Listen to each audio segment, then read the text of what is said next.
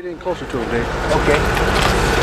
Hey, this on cable, right? Yeah. Yeah, it's cable. Like our man. Yeah, I can zoom off, it gets too bad. You got a lot to do. Ready? Yeah, right where you go. Hey, what's your name? I'm D5. I'm J Money. And that's J Money from the TV show. D5. J Money. J Money. D5 J Money. Okay. Okay. After the interview, maybe we'll do a little promo. Check out Fresh Out the Box. You ready? We're rolling, just go anytime.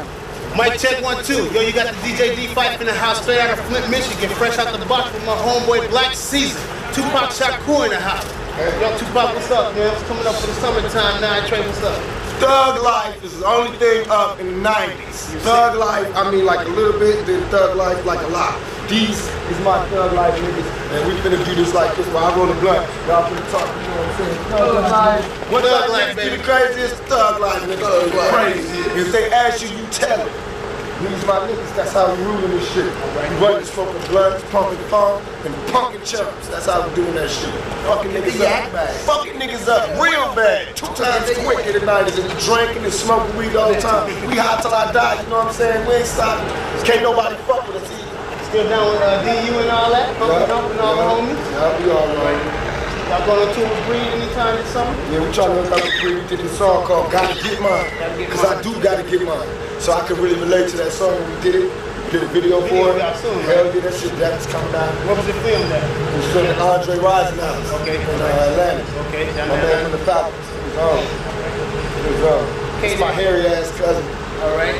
Ken, he from out here. So if y'all see my cousin, give him some love. My little brother. Yeah. All right. Get everybody on there. Everybody. Yeah. He with that Islam shit. I'm with that thug life. Assalamu alaikum, my brother. All right. Yeah. Okay, who we got right here?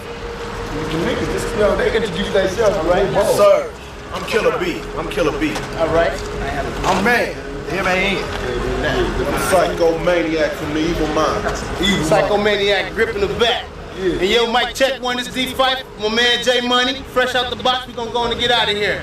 Hey man, I appreciate it, Tupac, man. Don't worry about it, man. Next time you come to Flint, man, check us out. We'll be in the house. Thug life, y'all don't forget that shit. What type nigga is the thug life, nigga? Thug life nigga be the craziest. Fresh out the box, baby. I had this dream. I want to show all young black males that we have a place in the society.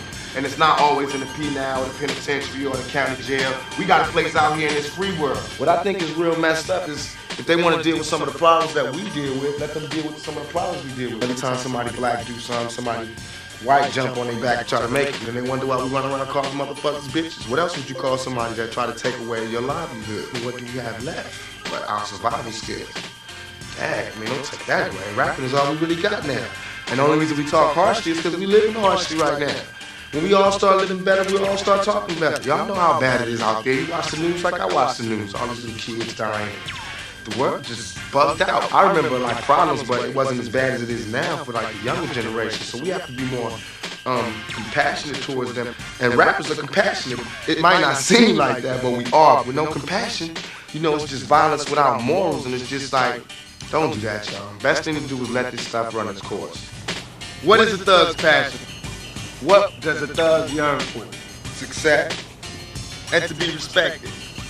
What is a thug's down for? Police, death, drugs, alcoholism, AIDS, murder. This is a thug's passion. I'm still here.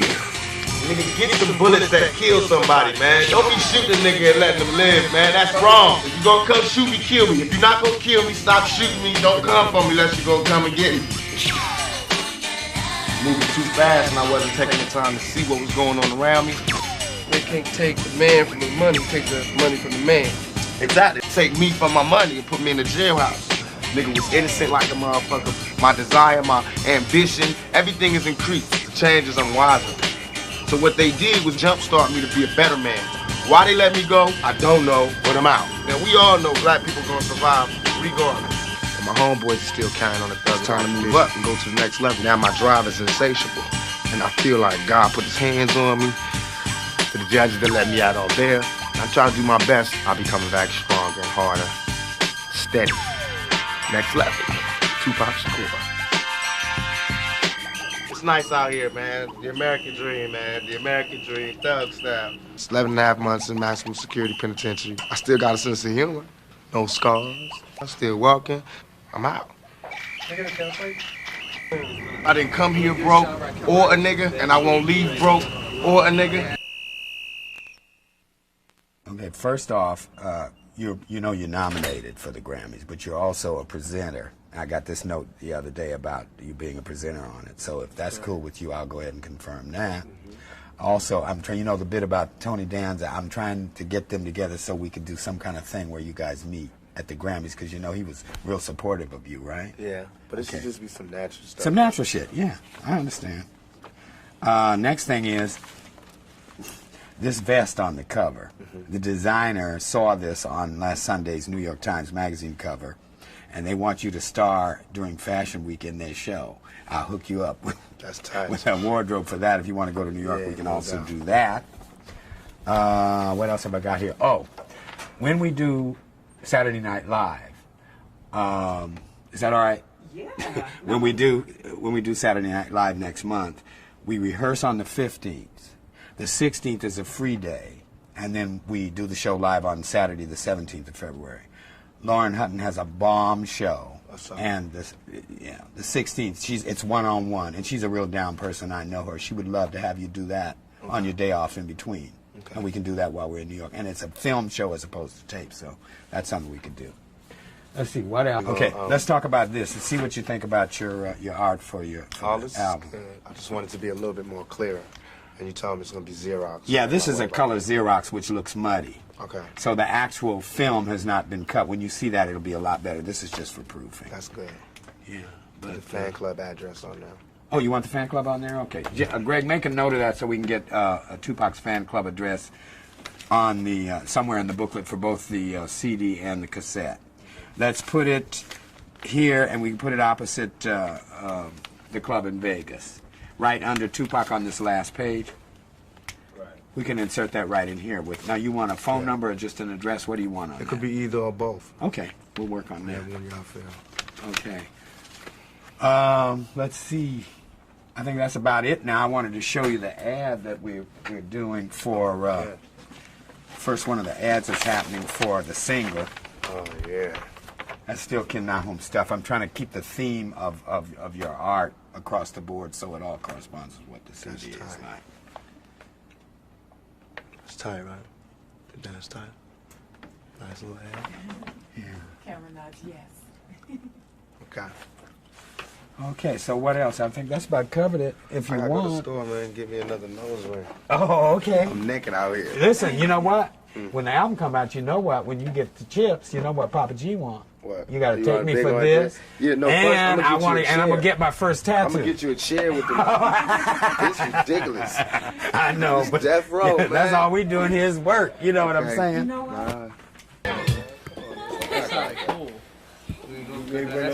Okay, play that for me. Play it back for me just one time. Now do the harmony shit. Hey, Michelle. Told me Hammer was a rapper, so I stopped the blame and came back with a monster jam.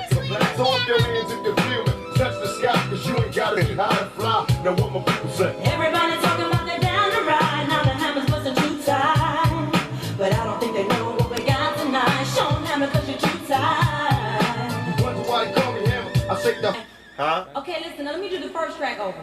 Oh, nasty. No, keep the double. I'm gonna do the first track title. Nasty.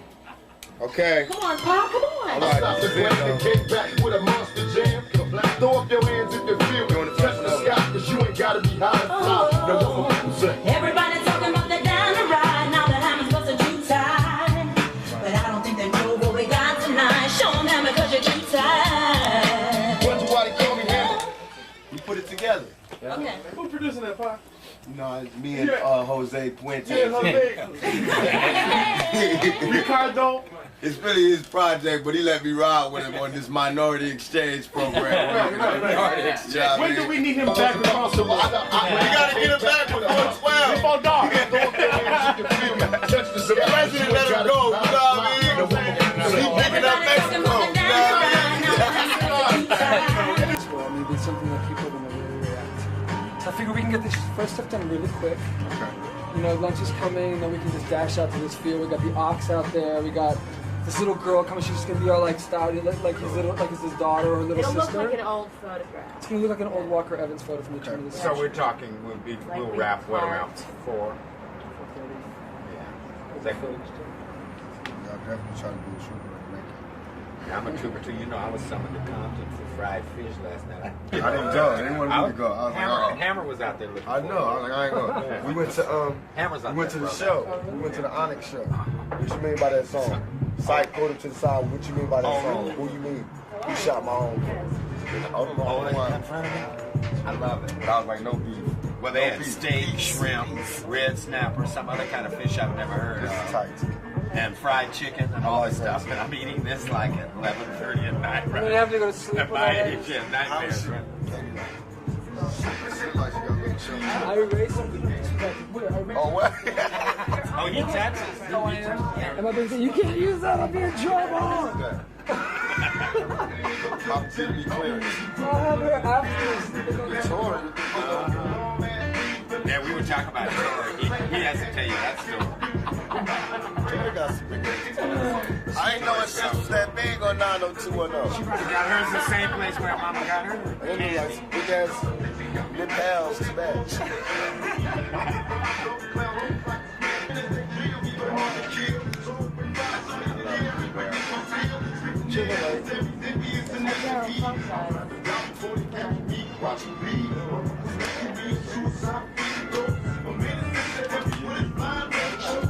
No.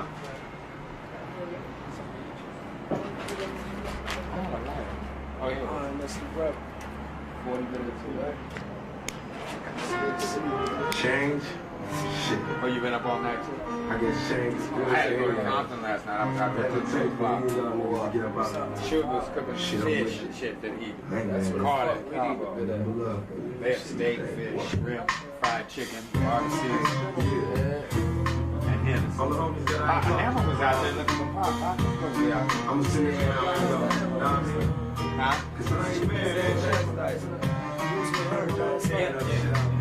Oh, you saw him earlier or later? Wait, he was staying at the hotel last night, wasn't he? Oh, so you saw him after the party?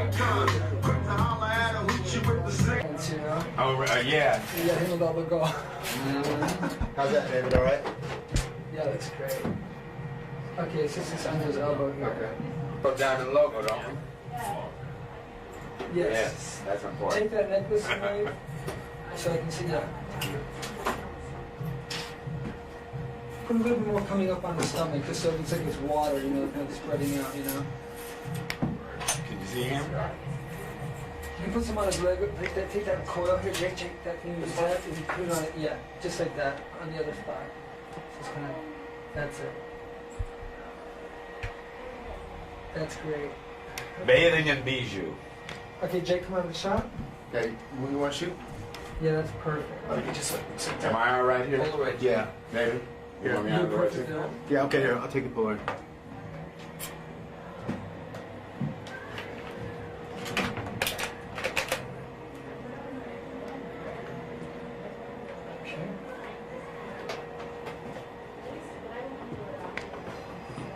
Okay, just your eyes.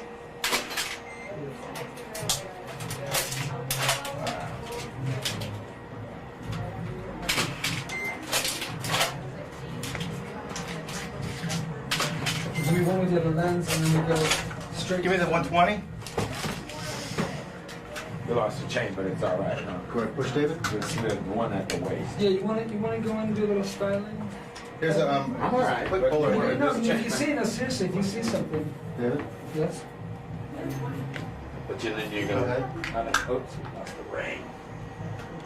Did you put that ring on his chest a little further up? Yeah, that's it. Great. No, Jake, the other lens. Yeah, stylish. After white one. Take it to ultra wide. Just keep. Hey, jack of all trades, master of none. Hey, Papa G. Yes. Tell BT, don't try this at home, kids. Don't try this at home, BG. What's I about to say? Don't try this at home. We know we You do. see him? Beautiful. Look at it.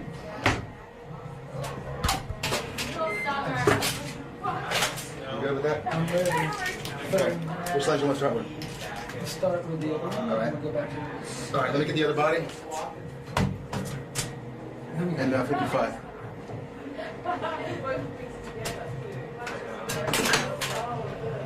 Did they shoot that? You know that cover? Was that one picture? Which one, the Vibe or New York Times? New York Times. Oh yeah, one shot. That's Michael O'Neill. One shot. But the Vibe shot was a composite, right? Composite, yeah. How many was it? Shot in different places? Yeah, and those are all individual shots that I did for publicity, and then I worked with Guido Mann and had him That's cool. create that. Steven, let me get some tape. Tape. How much you need? Just for the sake. I don't have any here. Let me get some from Daphne. It's alright, I got it, Steven. You got enough there? I think so. Good. Jake? Turn your watch on. Whenever you're ready, go film for it. Yeah, yeah. Oh, is this your bracelet? Mm-hmm. Okay. Yeah. That matches. Why? This is great. I'm glad we did this. Just putting it out of the way.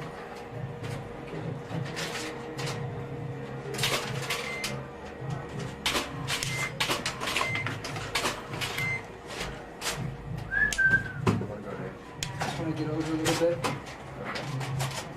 You want to show it? Hold on, I'm just getting my foot over here. Yeah. Just wash your light your head. Oh, let me just look real quick. Hold on, just a second. Am I over it too much? You're fine. Go ahead. Jake. Perfect. Great. Come down just a little bit. Like your whole body. Just that's it. Yeah, a little bit more. Oh, it's fucking amazing. Oh yeah, that's tight. That's tight. Good. Look at it a little longer, please, George. Just a little bit. Yeah. You're just looking at it, I'm not here, kind of thing, like you would be if I wasn't here. This is tight pop. Yeah.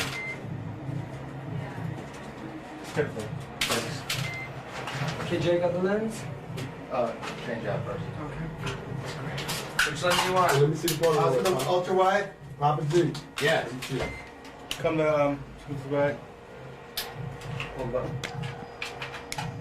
Take the lens, Steven. This is 3, isn't it?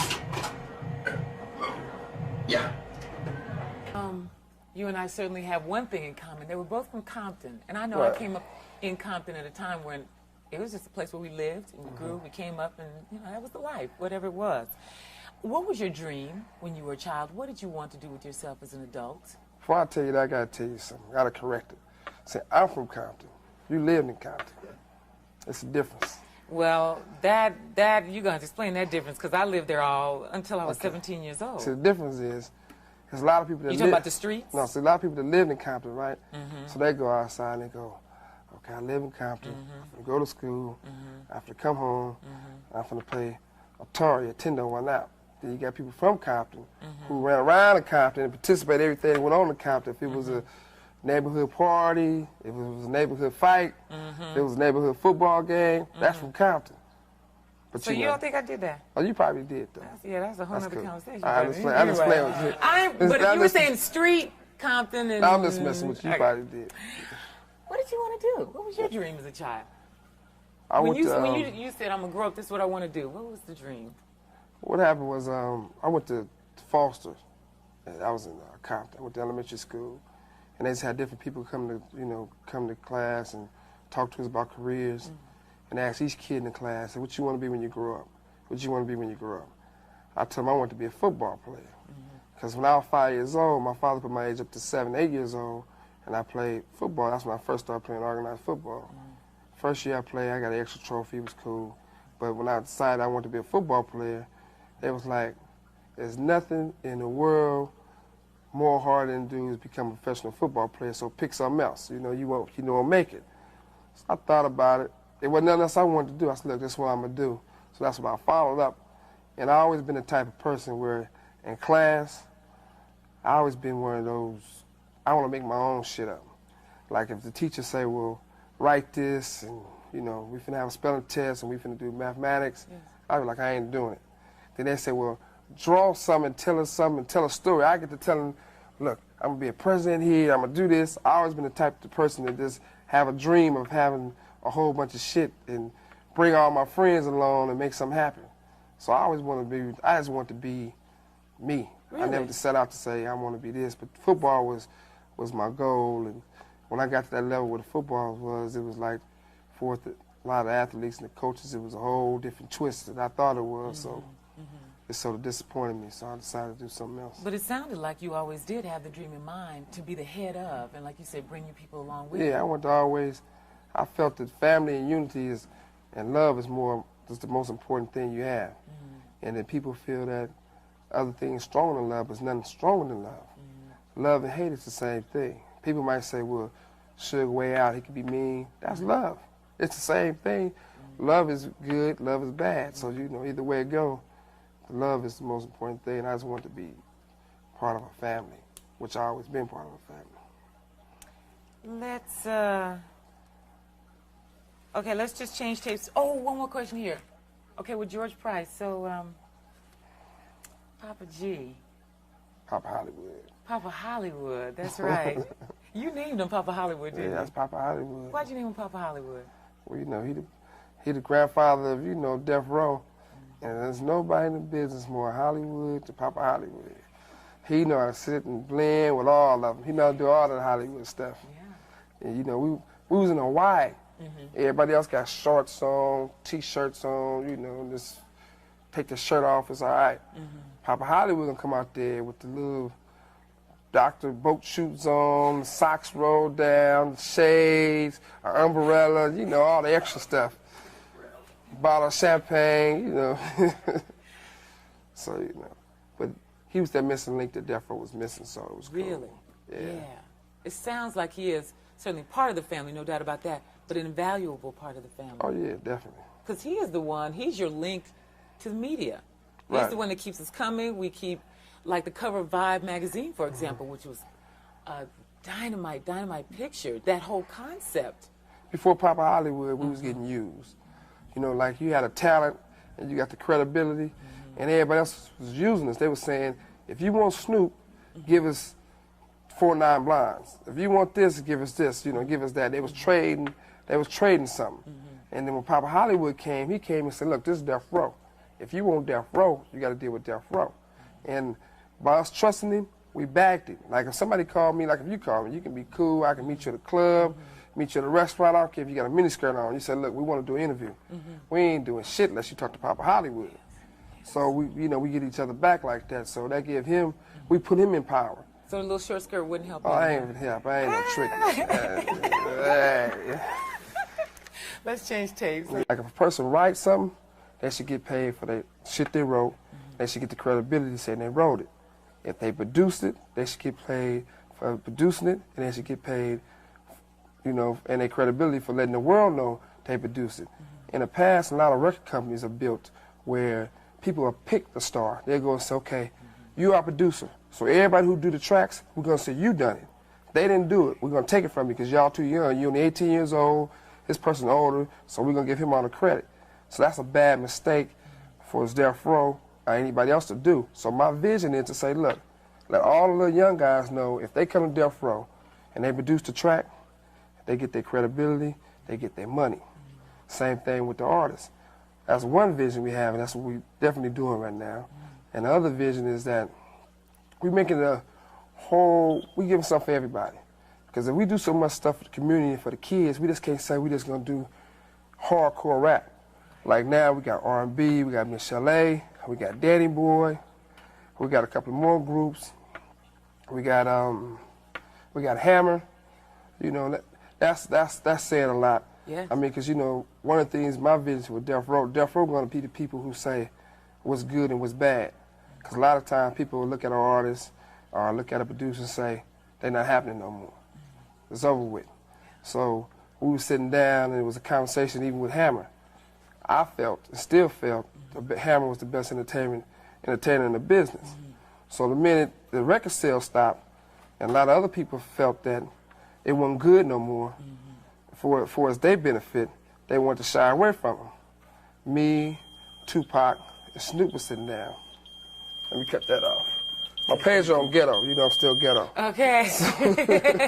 take the boy out the ghetto, yeah, but you know, I don't know about no boy, but I didn't mean you particularly. Okay.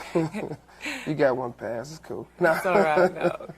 No, but the thing is that we got a little circle. Yes. Like in our circle consists of, for us the guys, yes, is myself, Tupac, and Snoop. So we sat down and we was eating and we was conversating, and me and Hammer go way back. So we was like, yeah, people trying to say Hammer's, shit ain't the bomb no more. So everybody's like, wait a minute, it ain't their decision to say what's good and what's not good. It's our decision. So we said, okay, we finna call Hammer and put Hammer on death row. And we're gonna go in there and make a record and make Hammer go sell all the records that he normally would sell and show the world, because there's a lot of people imitating what Death Row does for as, putting records out there. So the future is to kill all the little games, the little kiddie stuff, saying who better and who's the best and who started this, who didn't. What we're gonna do for Death Row, we're gonna put out like about anywhere to 6 or 10 records out a year. Only time other people are able to sell records on our style is when we gonna put a record out there. Then they'll remember what we do and they'll say, okay, Snoop did it like this, so-and-so did it like that. So they'll go and copy the music, copy the lyrics, try to act like them, try to sound like them. And then for us, the fans, they'll be missing Snoop, so they'll go buy the next person. So it might not be his style, but, they'll still buy it because, they missing what we put out there. So our whole goal now is to, get that done for us getting records out there. And for us, Death Row myself, goal is I want Death Row to be, which it will be, more like a Warner Brothers, Sony, a MCA, for we're going to distribute other artists for us, their labels. I don't want to go to a situation where Snoop got his own label. He said, look, this is my groups. I'm trying to put my compilation together. I'm trying to put my group together. I don't want to be going, okay, good, give it to me. They on Death Row. I don't want to do it like that. I want to be so, okay, Doggy Style is your label. Okay, Doggy Style, Death Row. Death Row is now like Time Warner. The only thing different between Death Row and Time Warner, we still down there with the streets. Our heart's there. Yeah. We won't cross them. How do you stay with the streets, though? Because I don't know, do you still live in Compton? I got a house in Compton. You got a house in Compton? And I'll be there, I'm going to tell you like this, I hit Compton at least, I'm going to hit Compton every day. And I'm going to stay in my house in Compton at least 2-3 nights out the week. So I ain't one of those people. It's not difficult then to stay in contact with where you came from. No, how you going to be scared of something that you are? And I'm not saying being afraid, I'm just saying, How you going to be too good at something where you came from? The talent is in the ghetto. When I say ghetto, I'm a ghetto nigga, period, right? When I say ghetto, I don't mean tore down, ran down, because there's a lot of money in Compton. It's people have more respect for their cars and the way they dress in Compton than they do in Beverly Hills. You get people in Beverly Hills, you can look at the awards. People in Beverly Hills with money, they might show up there with jeans on, toe up, and shoes. They don't care. You get people in Compton, when they come to work, they finna be clean. Those girls finna take, if they counting checks, if they, whatever it is, they hair finna be done, they finna look good. And every person with money, who they want, they be feeding off those ghetto women with that pretty look, naturally beautiful. Let me ask you something. That currently, there's one group of people that would love to use as an excuse, white people won't let me do this, that, and the other. I see none of that in you. Can you talk to us about entrepreneurialism? You are a true capitalist. You don't seem like the kind of person that walks into a wall and says, the wall's here, I can't go through it. I think you make a door when you come to a wall. Can you talk to young black people, especially the ones who feel like somebody is holding them back? Ain't nobody holding nobody back. You gotta look at something. Let me tell you like this. I know people say don't curse, but I'm a fuck up. When Suge Knight do something, they know I'm a fuck up, so it ain't no big problem. Now, if a fuck up like me can do something and make it, anybody can make it. All through from school, from elementary to high school to college, people looked at me a certain way. Like, he gonna get in trouble, this gonna happen, that's gonna happen. And I feel that, and I felt that I changed my life around and made it work for being an entrepreneur. A lot of people try to put a color thing in it. Yes. They be going like, well, they don't want me to make it because I'm black. Right. In the music business, it's prejudice, but it's not black and white. It's young and old. Because, the older people used to be the ones where say, oh, you got some groups, you want to be an entrepreneur? Give me all you got, give me your money, and I'll put your stuff out. I mean, I knew some of the people who they call themselves legends in the music business who've been the biggest disappointments in the world. And I used to never say nothing negative about them. No interviews, no nothing, because I felt it didn't matter. I mean, I knew Dick Griffey. Now, I knew Dick since I was a youngster. And when I used to come to Dick with groups, he said, okay, why don't you loan me some money first, number one. let me sell you a studio that I don't own, but Sony owns, but I say I own it, and it's yours. And, you know, we bought it, which it wasn't his to sell. Then he'll turn around and wait till you get all the stuff you got done for his discovering the Snoop Dogg and make sure he have money for his being there with the studio with him, make sure shit go all right. Then he'll tell you, well, I don't believe in rap music. I don't want to deal with no rapper. I don't want to deal with a DJ quick. But all of a sudden, when it hits, he want to turn around and say, give it to me. It's mine. I want it. So it leaves a bitter taste in your mouth when it, when it comes to for as older black men in the business, because I wouldn't say men, males, because these clowns who call themselves men ain't no, you know, they ain't no man. They males. They walking around trying to take from the, you know, the youngsters and turn into their wealth, because they went Hollywood and got out of touch. So, you know, you got to deal with a lot. When you're a young entrepreneur, you finna deal with the older black men in the business that try to steal what you got. You finna deal with the women who's gold diggers who try to take what you got.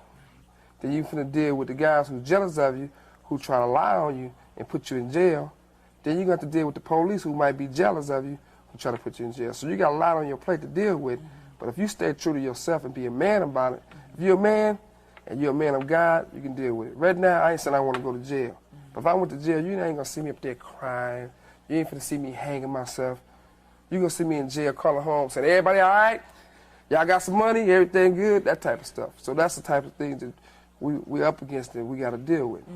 So it's sort of crazy. Yeah, you should be out encouraging young people who, because I get tired of that talk about we can't do it because somebody's holding us back. And then we see examples like you, and we're like, wait a minute, somebody's got to be right. Either you're lying or they're lying. Right. So it's very interesting. But one of the things I said, not to cut you off, is a lot of the entrepreneurs who make it, it's not really the youngsters' fault. It's our fault. It's my duty to go back and get them some game and say, look, I made it like this, this, this. Because majority of the people who make it, they didn't come from the ghetto. They weren't no street brothers. They was like, they do it for a gimmick, and I hate that. I hate to see a rapper, I hate to see an entrepreneur, I hate to see somebody who grew up in a all-white neighborhood or a middle-class area, right? Never participated in nothing, no drama, nothing for us growing in the ghetto. College graduate, there's nothing wrong with being a college graduate. I did it. But they was one of those straight A students, you know, everything was perfect. Then all of a sudden, rap come out. They want to dress all kind of ways. They want to call themselves a gangster. They want to call themselves a street person.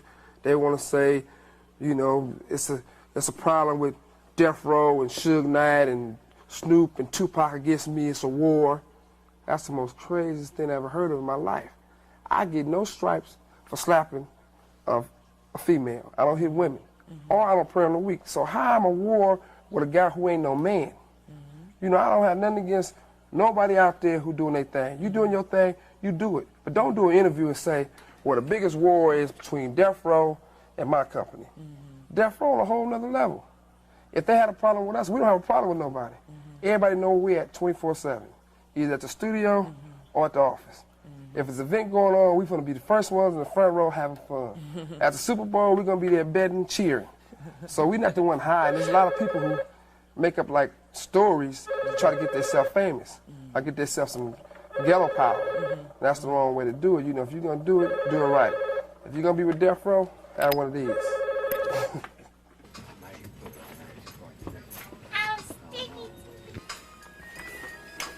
All right, Papa G, you know what Okay. Michel'le, I'm having Ken Nahum fly in from New York. He's the bomb as a photographer. We've worked together for years when I had my magazine. So I'm going to have him come in to shoot your pictures, and what I thought we should do today is kind of discuss some looks. Now, since your album is called Single Black Female. Yes. Yeah. I thought we should do some examples of varied single black females. We do a look of you, your little girl look, you know, like with that teddy bear outfit that you have and the little skirt and stuff. We can do some more sophisticated things with your hair up, some gowns and that kind of thing. And some young mom stuff. You know, we want to show, what we need to show is the various levels of single black females, to show that many of them are single mothers, all that kind of thing. Some are independent. So how you feel about that? I think that's a good idea. I mean, today I'm I'm just like I'm looking for a man because I'm a single black female. But you know, some days I'm mommy and some days I'm me. That's and right, then with you your know, son. every day, some days I go out in sweatpants and people go Michel'le, and I go, oh God, because I have no makeup on. So I want to show all that. You want to take some pictures with Marcellus? Yeah. We can do some stuff with your son as well, if you'd like. Oh, yeah, Get that, please. okay. Now, you want Barbara to style it. Barbara Warren. Of course, Barbara Warren, she's good. And you should probably get together and go over the wardrobe you have with her from some of the tours, and also find out what your needs are, and then talk with Barbara, then I'll get a budget going for your pictures. And we should do that soon, right? Next few weeks. Also, I want you to... Yeah, but I want you to stop by the office, too, and look at your... Do you have a new bio? Have we done a new one, or do we need to update your bio? We need to update my bio. I think we need to do that. But do I get to keep the clothes? Do you have a release date? You don't have a release date yet, do I you? don't have a release date, but... But, you know, I need to be ready, because when Suge says go, we got to go with it. So that's why I want to be prepared. Just wanted you... Now, you have anything... You going away at any time soon for anything, or can we go right to work? I know you said something about you might be going to a spa or something. Right, but... Yeah. I think you're looking great. Why? You want to lose weight or something? Yeah, I need mud baths and, you know, facials and everything, because I want my fans, they miss me, I miss them, and, you know, we all have to take care of ourselves. Well, I think you're looking good, but if you think you need to lose some or something, then... Maybe 10 more pounds. Yeah, all right. I think.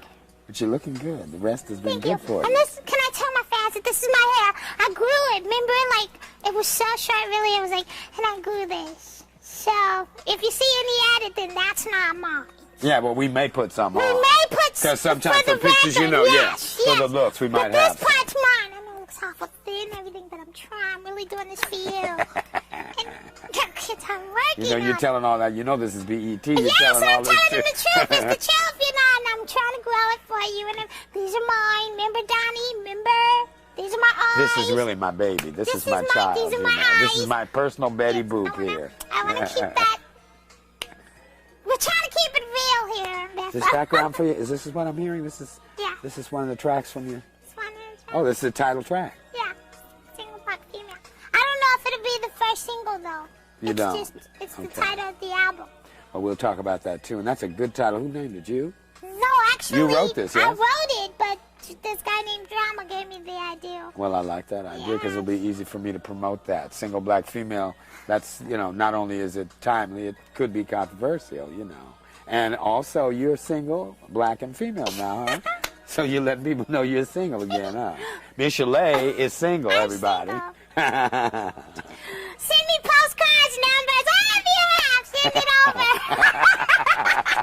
And I grew up, you know. This is my baby. Is that good? Are those your hands in Vibe?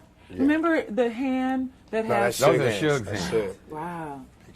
Yeah, that one. I present him. All right, great. Good. Yeah, congratulations on the nomination. Thank you. That means a lot. Your life has changed dramatically in the last 3 years, and then particularly in these last 3 months. No doubt. Okay? Not lying. It has been a big difference. What's it mean to you, especially these last 2-3 months of your life?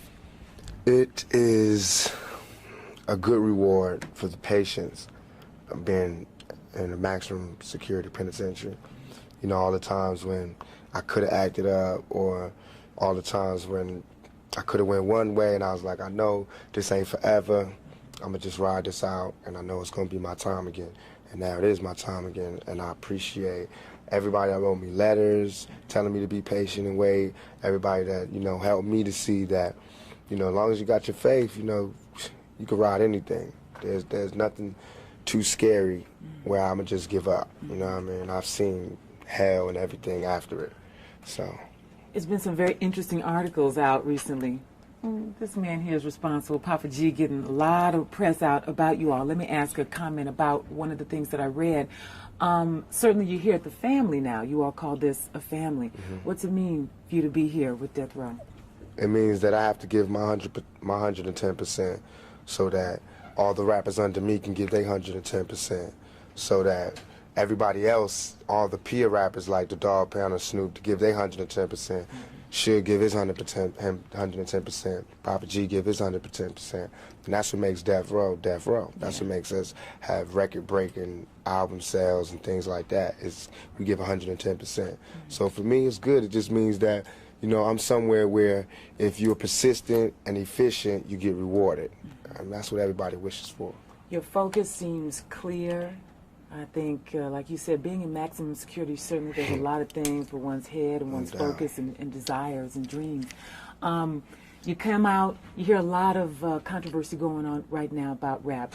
Just Time Warner dropping Interscope and a lot of things that have resulted from people saying it's a bad image, it's bad for young people. Tell us your comments on that. I said so many comments on this, but basically it's a hypocritical view. Because what you're saying is it's okay for us to live in the dirt, in the gutter, in less than human conditions, but it's not okay for us to tell people that we're living in these conditions. Everything was cool, you know. The ghetto was okay. It was habitable until we started talking about exactly what were the repercussions of living this type of lifestyle. What happens when you live in this kind of environment? What type of person it changes you into? Now all of a sudden it's like you can't talk about that. But this is what we live in.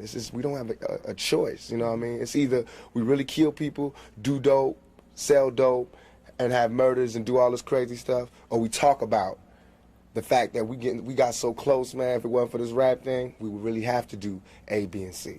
You know what I mean? And that's not good. That's not nothing to look up to, but that's the truth. That's how it is, you know. Every human being inside your chest or your stomach or whatever, we're all given from God the survival instinct. And everybody has to live. Self-determination. You have to live.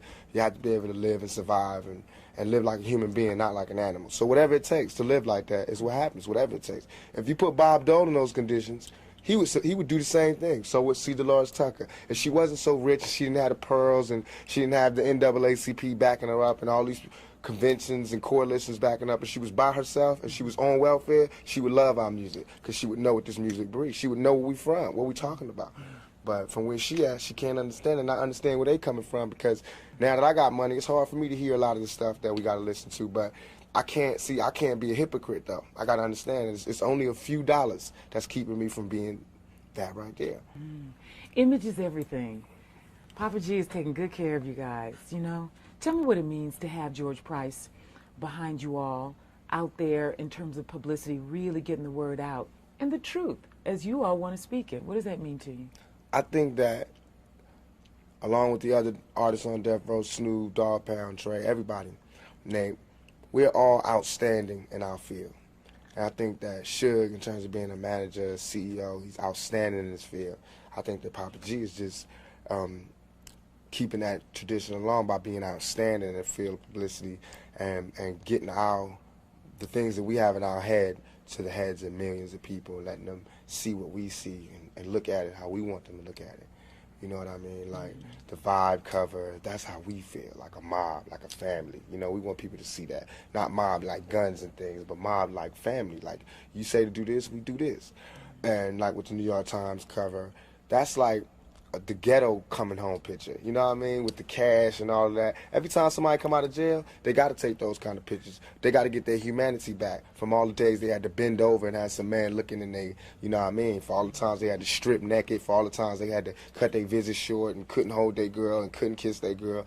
Now you get to floss like that, you know what I mean? Now you get to act like that. And it's not because I'm going nanny to other people. It's because I'm doing this for the guards, you know, for the people who thought I was guilty, for everything. For all the people who didn't believe that it could come to this point. I mean, look, they could shoot me 5 times, call me a rapist and throw me in jail, and I'm going to bounce back. I'm not going to give up. You know what I mean? That shows the resilience of a young black male and a death row inmate in particular. Michel'le. Nah, see ya. Nah, see too.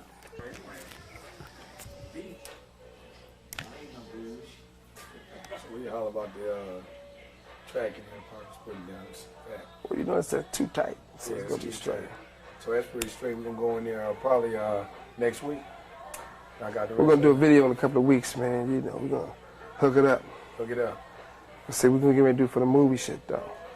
So you can see Death Row got the movie things popping. Everybody else doing this music, we got the movies. We got 2 strikes, none left. 2 strikes, none left. Yellow politics. Movies. Yeah. Death Row films. We know, yeah, we doing some movies shit. That's interesting. I know I'm listening. So the thing that we doing with movies, like we doing 2 strikes, none left, right? It's gonna be starring Tupac and Snoop Dogg. And the concept of the movie is going to be an action comedy. And you know, like the 3 strikes is happening everywhere, all around everywhere, right? So that's what's going on. But see, they're going to get out of jail and like everybody going to be betting against them to saying how long they're going to stay on the street before they go back to jail. So they're going to be trying to do everything they can in the world to keep them going to jail. The person who writing the movie is DJ Pooh.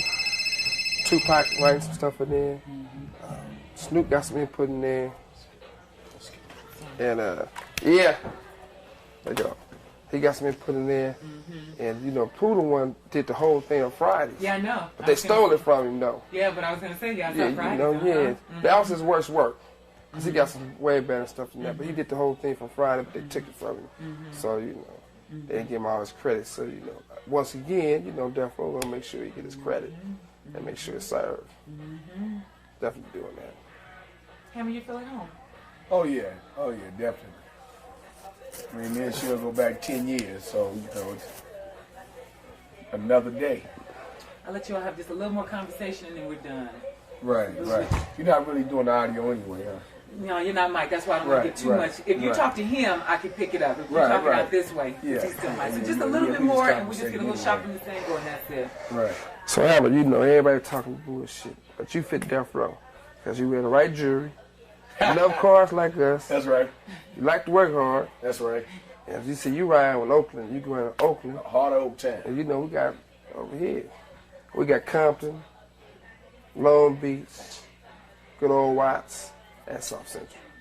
Hooked up with 619 Dago. Oh, that's right. There 415 510. It's all hooked up. Penitentiary hookup, huh? Penitentiary hookup. All right, cool, man.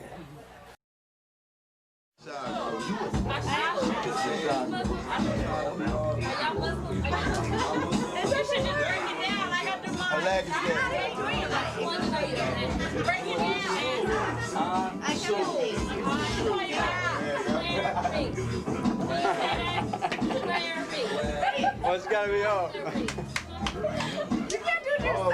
Yeah. Of course you can. What's so funny? What's so funny? Nothing. I don't know. I never said anything. Oh, it's time to start dancing.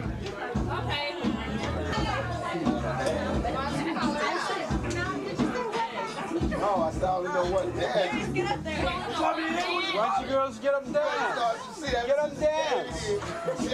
You wanna go dancing? I'll dance in a minute. Come on.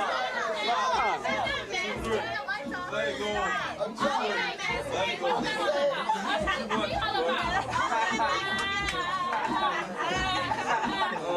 Hold on, okay?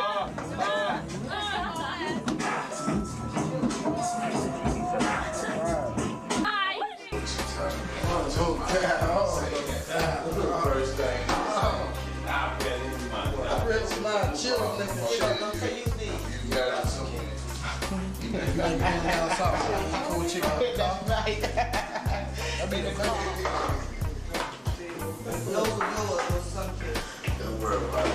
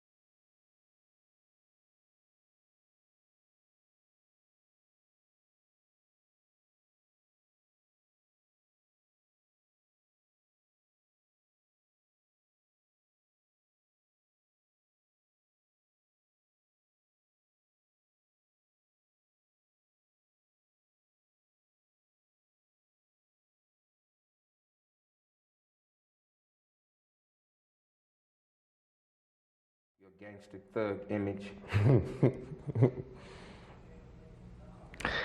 I don't see it as me having this gangster thug image.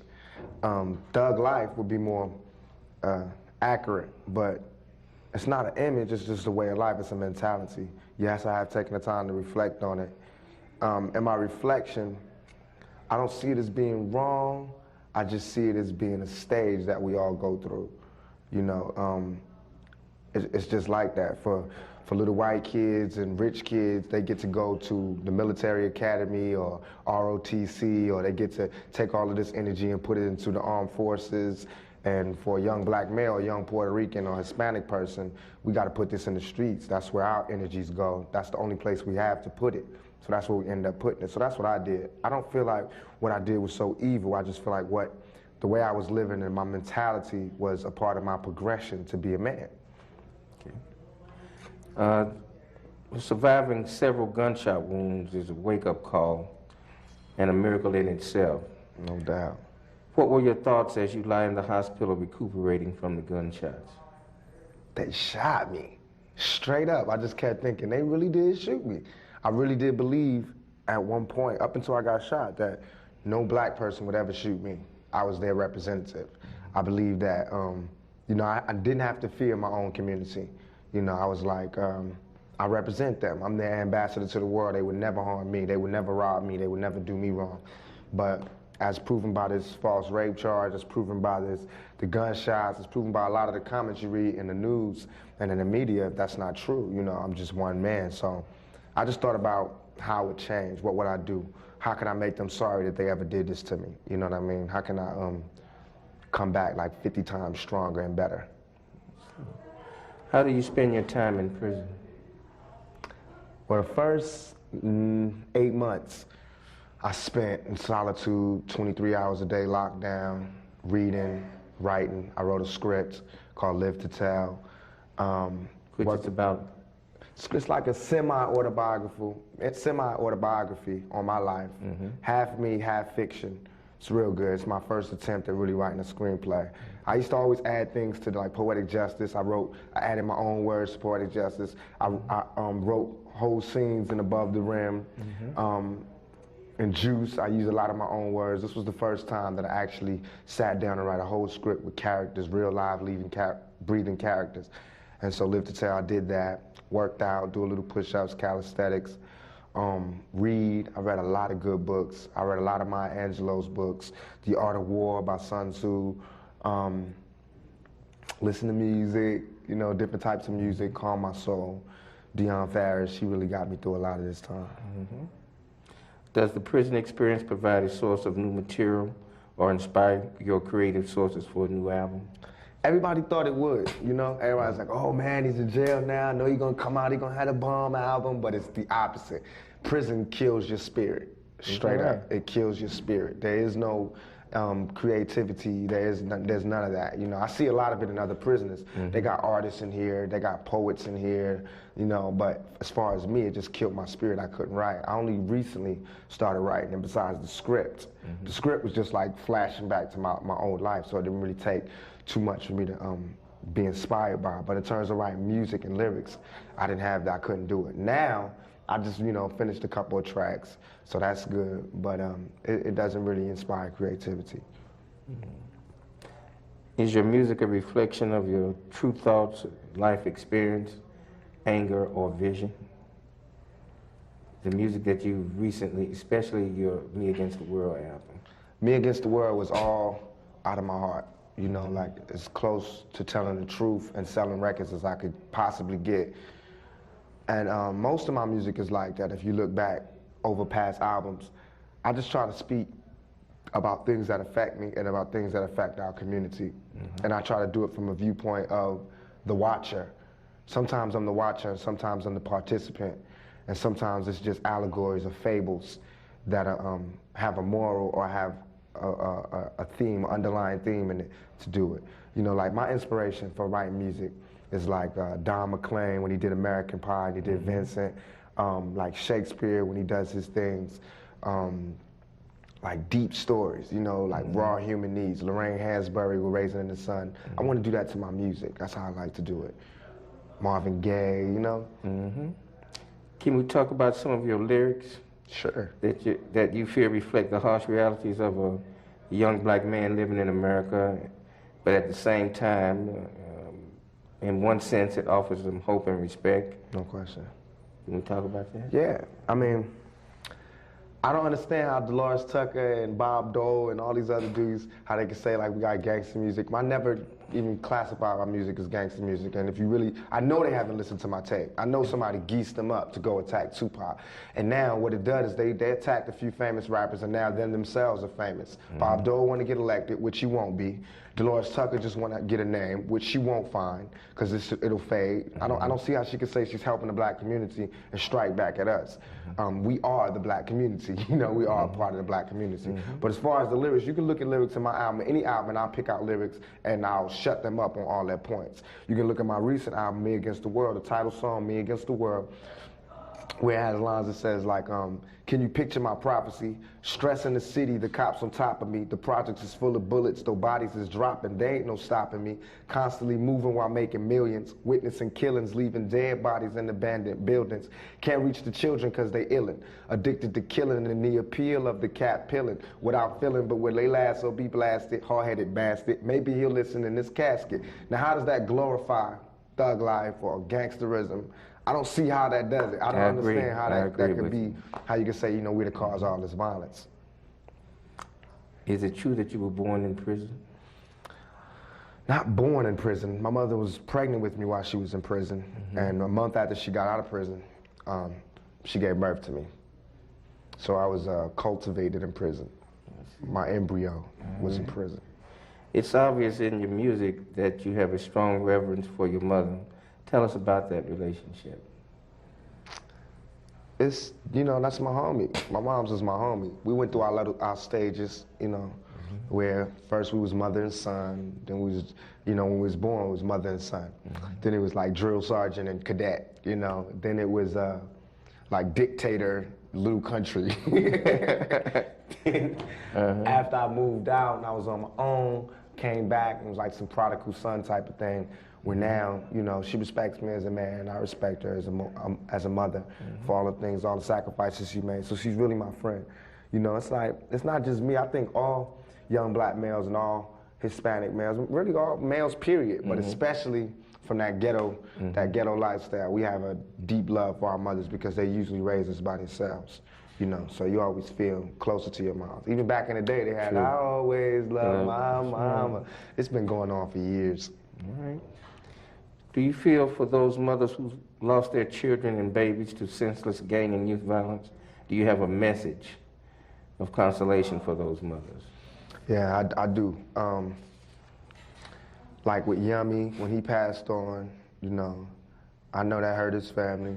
I know it hurt the family of the female he supposedly have, you know, shot.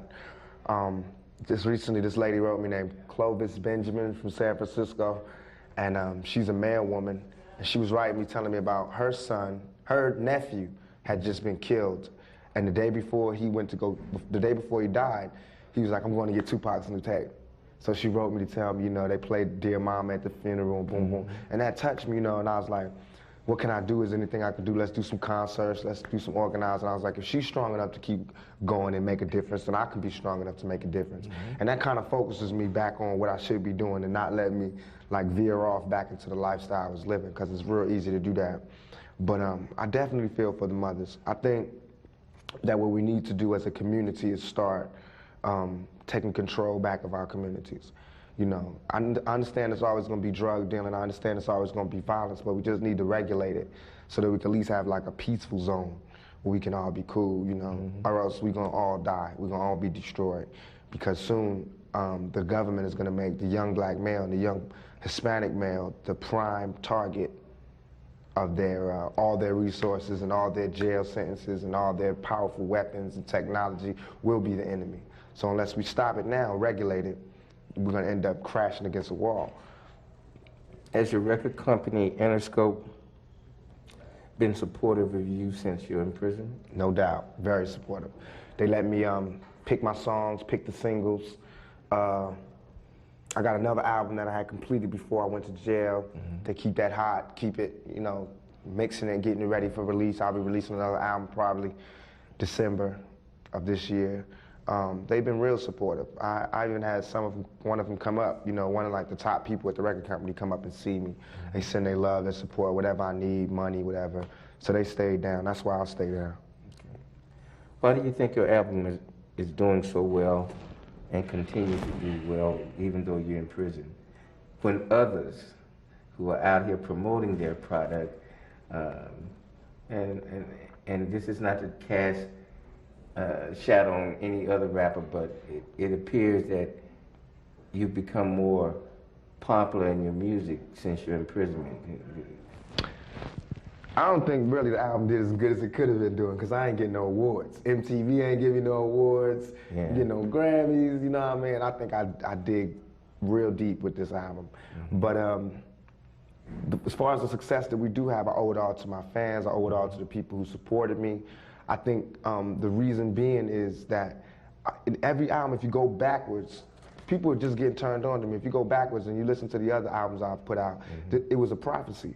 This album, Me Against the World, was made before I went to jail, before I got shot. And all I'm talking about is going to jail and getting shot. So it was a prophecy. So when the album comes out and then you hear about what's really going on in my real life, I mean, I don't have to say I'm keeping it real. You can listen to the music and go, whoa. You know what I mean? He said that. If I die tonight, he said that. In Outlaw, where I said some dudes in a mask coming to shoot me, I said it, you know what I mean? And it ain't easy. I'm talking about being in jail. You know what I mean? And the judge not letting me out on bail. I mean, I said all of these things, and then it happened. How many records have you sold to date? Me Against Over the World. 2 million.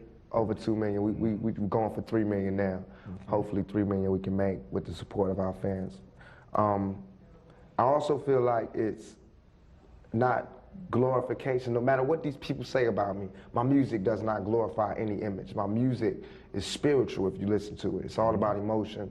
It's all about life. And it's, where other rappers, not to diss nobody, but where other rappers might, you know, paint a perfect picture of themselves or, you know, whatever, I tell my innermost, darkest secrets. I reveal myself in every one of my records, from Dear Mama to Shed So Many Tears. I tell my own personal problems, you know, and people can relate to that, I believe. And that's what makes it sell the few copies we do sell.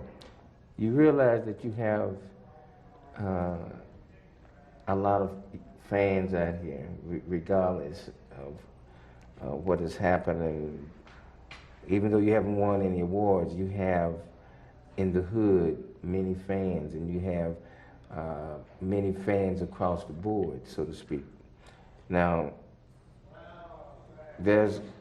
from what I've gathered, there's a public adoration, not only for your music, but for you as a person, which I've found to be very interesting, set apart from other rappers that I comment on and inquire about. Now, and they're all eager, your fans are eager to hear from you in prison. They want to know how you're doing. Just like you receive letters from all over the country, from kids, from their parents, and so forth.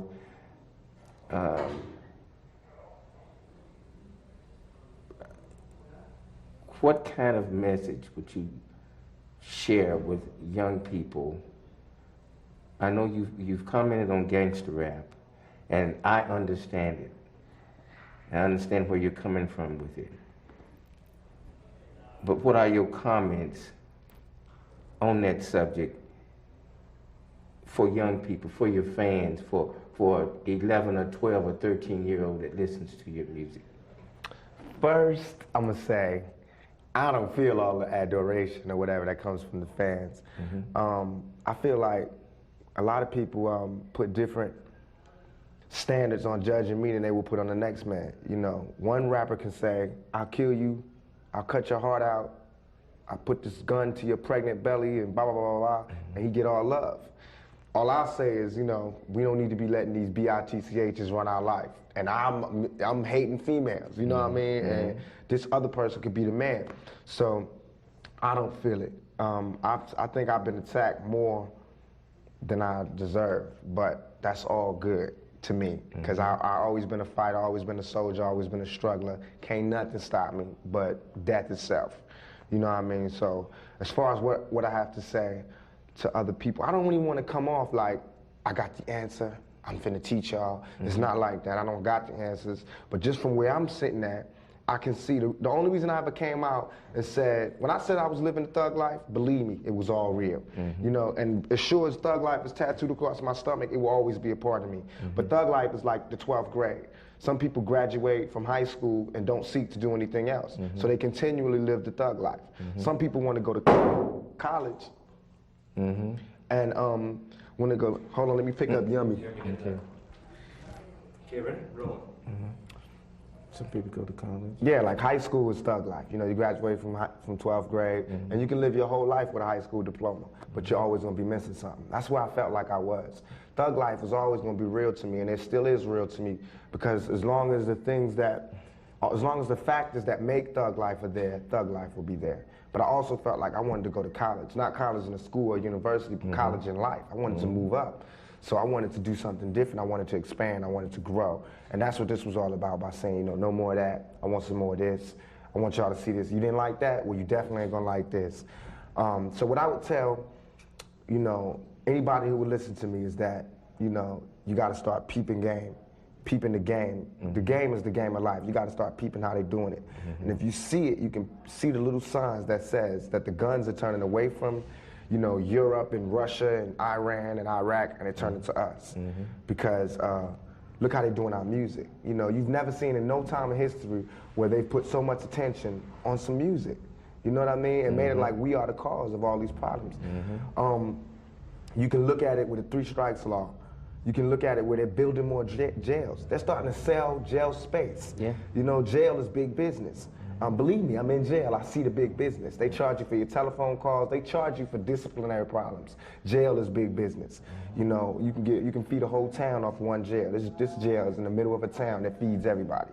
Everybody works here. This is the main income. So if there was no criminals, nobody would work. You know what I mean? So if we don't start peeping that, we're in trouble. Also, I know when I was young, the way they describe jail is like, you know, blah, blah, blah. I couldn't wait to get to jail.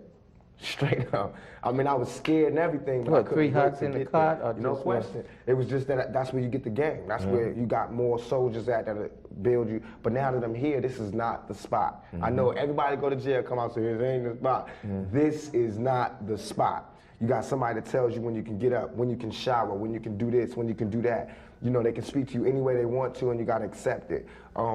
You can die here, you know what I mean? Just yesterday, a dude was murdered. He wasn't in here on no murder beef. This dude was in here on a drug beef. You know, he's gone, he's dead in jail. You know what I mean? By another prisoner who had life. Yeah, y'all, Full Blast Radio. I know y'all seen this video. It's about 15 more minutes, but just want to share some stuff with y'all.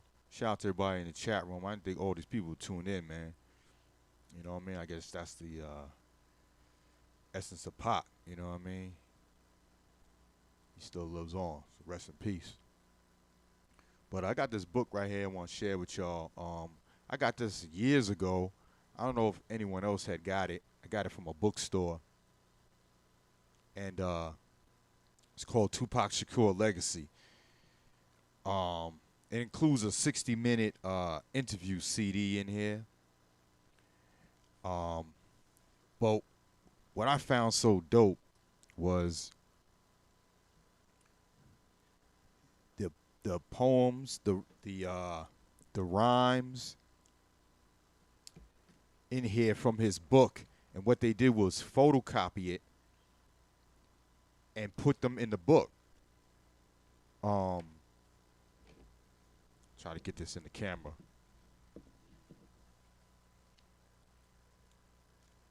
Show y'all a few things.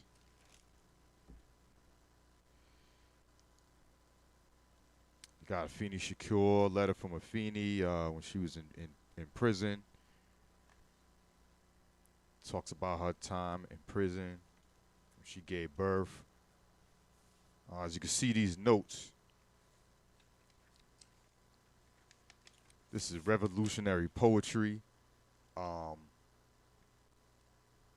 about lessons. Malcolm awoke and saw what happened to be the mountain of liberation. Then he was murdered. Martin started up that mountain, found that there was beauty and lasting peace. He was murdered. Huey went all the way up and came down to speak to the world of solidarity. He was shot and kidnapped. It's dope. A lot of proposals talking about the Black Panthers. This was dated April 6, 1970. Wow, this was a month after I was born. Revolutionary poetry. So this is in here.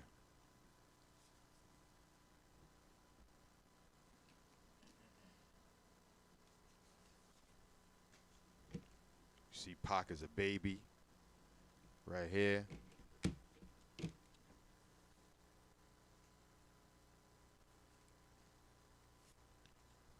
This right here, it's like it's even though they photocopied it, it's like you have his personal notes.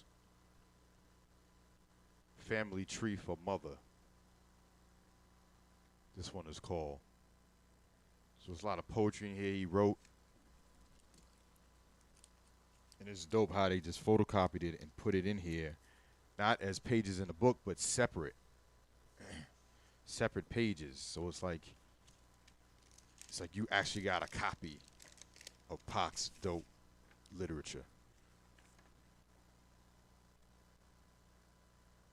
Starry Night. He wrote this. There's also an album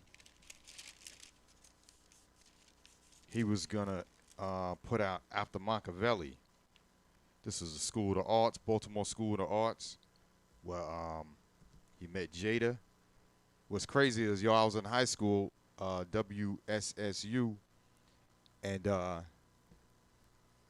this girl came down and her friend from the School of Arts, because she was dating somebody from my school, Winston-Salem, this dude named Kevin. Come to find out it was Jada Pinkett. Just, obviously before she was Jada Pinkett. And one of my peoples told me that. It blew my mind, because her face, it pictured in my head when I thought who that girl was. I was like, wow, so I met Jada Pinkett. So that was pretty dope. But yeah, this right here. This is his composition book, Tupacalypse Now. Wrote all the songs, Revenge of the Lunatic, Trap Britain's Got a Baby. He even wrote all lyrics by Tupac Shakur except Trap.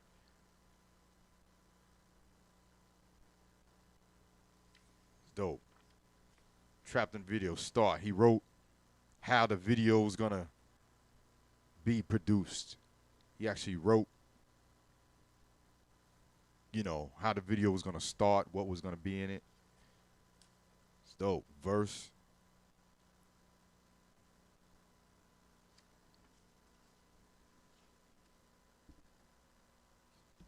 It's dope. It's just like having his own book.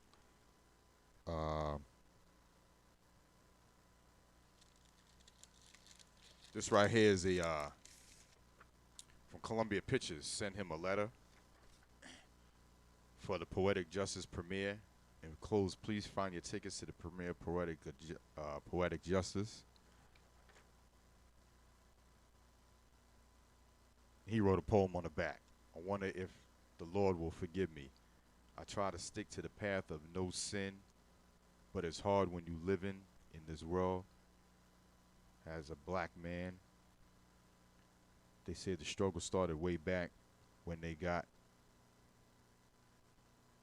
wondering if this shit goes to, some of it's scratched out. This is dope. I'll never get rid of this book.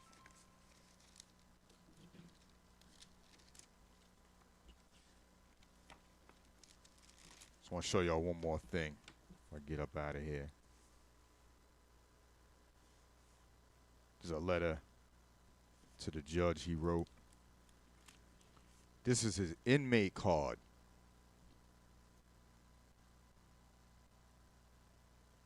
When he was in jail. Copy of his inmate card. State of New York, Department of Correctional Services.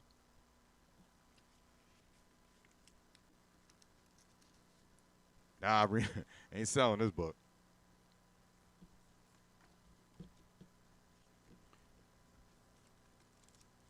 Gridlock. Here's the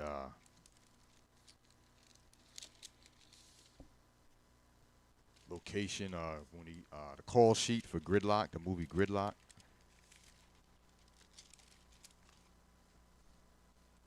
So here's right here, Tupac, album 5, Supreme Euthanasia.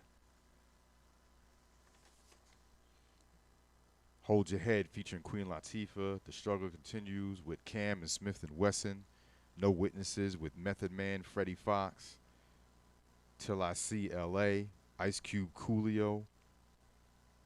Scarface, Cool G Rap, In the Hearts of Men. Dated September 13th, 1995.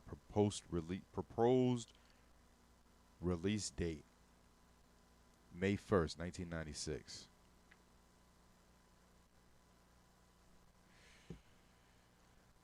Yo, someone, I need another headshot. Let's do it out of here. Don't know what you talking about. So yeah, man, I just wanted to share some of that with y'all, man, while I played this footage of Tupac.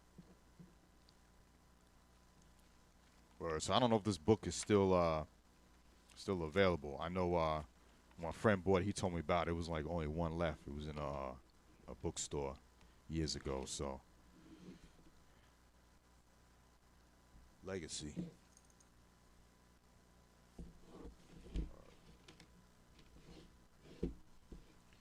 Word up. Shout out to everybody tuned in, y'all. Appreciate y'all. I'll see y'all later on. Full Blast Radio. Pete Pro Premiere Tuesdays. Boom Bap Hip Hop. 8 o'clock. Peace.